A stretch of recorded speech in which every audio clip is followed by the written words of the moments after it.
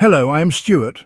Before we start, we want to share that this video uses AI for graphics and voice, but all the information is manually researched by our team. Here in the video, we will share the details for the 33 Immortals error code Apple. As per our research, the error occurs when players get disconnected from the game servers. Some users have reported that the error appeared after they died during a run, and after that they were unable to log back into the game.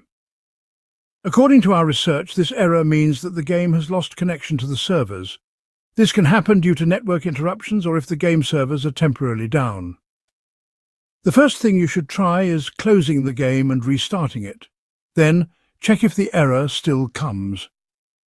If the error persists, restart your device along with your router. Simply power off your gaming device and router, then wait for a minute and then turn them back on. Then, check if the error still comes. If the error still continues, then check if the game needs an update. If there's a pending update, install it and then try launching the game again. If you still see the error, the issue is likely server-related. In this case, we suggest waiting for some time and trying again later. Thanks for watching. This is all we have for the error. If this video helped, don't forget to like, share and subscribe. Have any questions or issues? Drop them in the comments below. See you in the next one.